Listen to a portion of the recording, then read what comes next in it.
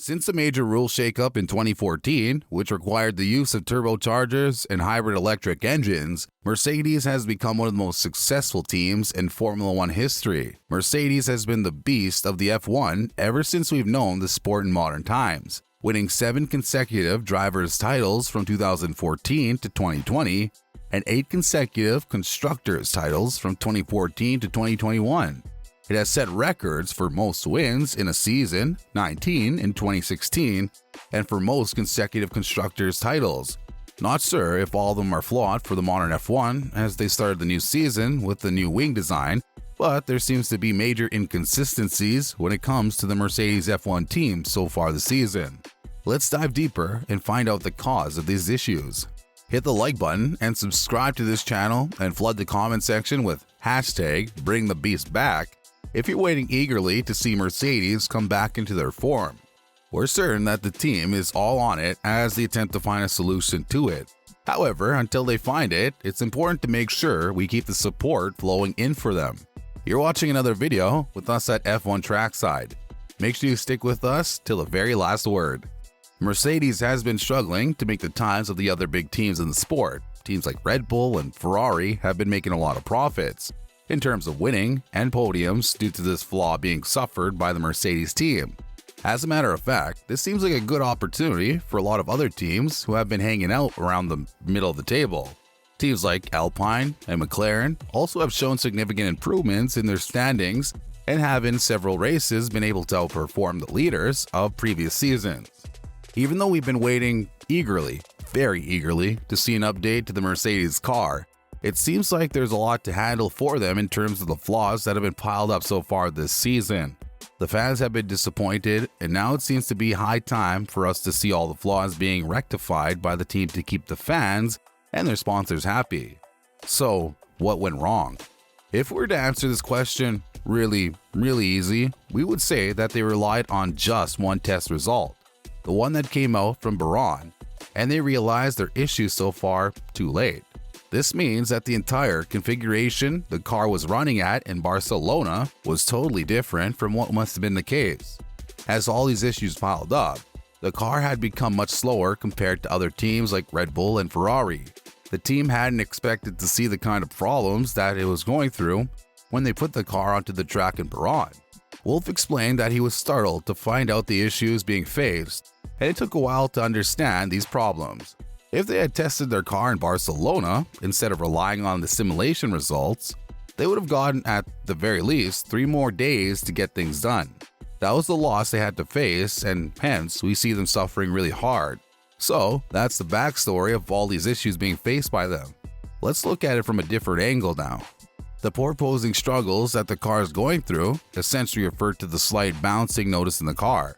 This may happen as a result of aerodynamic actions and ground effects on the car. The underbody of the car is designed to create a suction-like effect, pulling the car towards the ground. That's enough science for you to learn the issue faced by Mercedes. It's interesting to note that Ferrari also had the same issue with Charles Leclerc.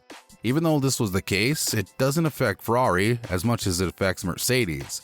Well, if we look at porpoising itself, it might not be as big of an issue as we think it is, as long as it does not damage the car extensively. What really happens here is that the bottom of the car touches the ground as the pressure reduces under it. The result of this is the car bouncing back, and as the vacuum under the car is created again, at high speeds, the car lowers to touch the ground.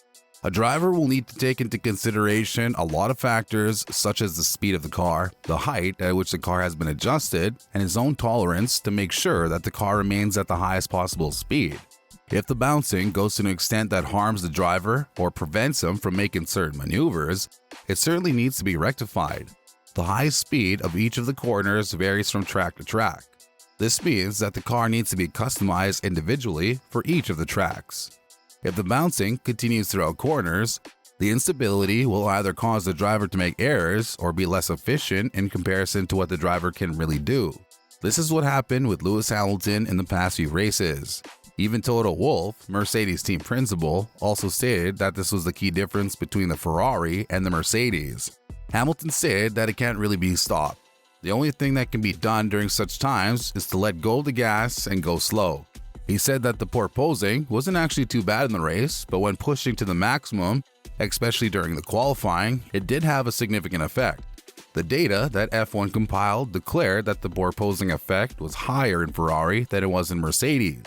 Even the G-force that was compiled was higher in Ferrari. However, the reason why Mercedes is having a lot more effective in terms of points being lost is due to the fact that they comprise the ride height more to make sure they reduce the effect of porpoising down to this level. Ferrari seems to be more stable around corners due to the fact that it has higher threshold for porpoising to kick in. Now, accusing the aerodynamics department solely may not be the best way out of it. There are adjustments that could be made by the mechanical departments, more specifically, the suspensions.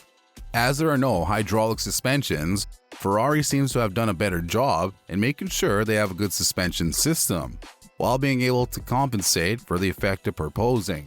Both the teams have a good potential to unlock if they can get rid of the porpoising issue.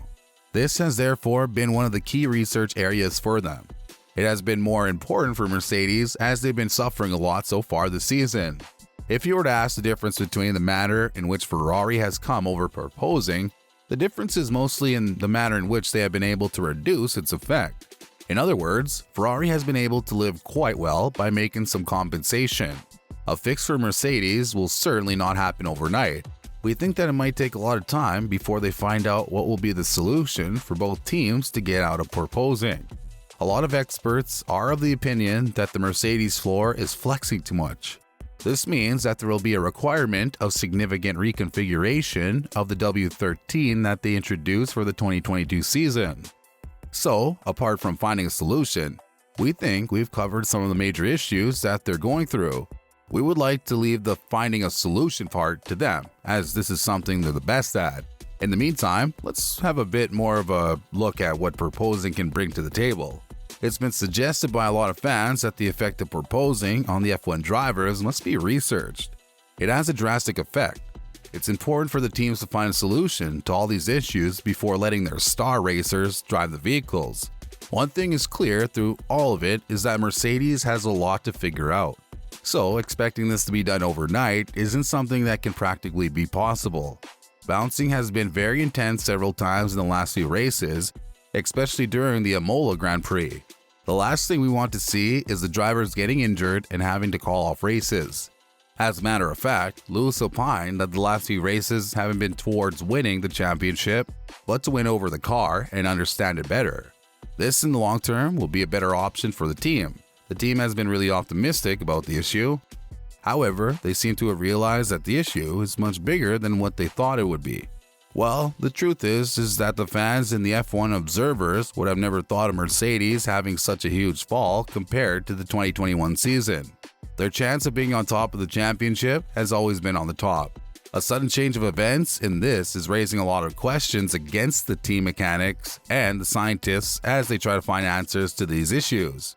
One way of interpreting how things are going is to assume that the team themselves have no idea how far their latest engine will go. If they knew that, maybe they would have worked on the other parts for them to be able to sustain the kind of speed their machine travels. Sounds like it could be an interesting topic of debate. Get started in the comments and we'll join you there. That's all for today. We'll come back to you with some major updates with the team. Hit the like button and subscribe to this channel to always be on track with your favorite F1 teams. Take care.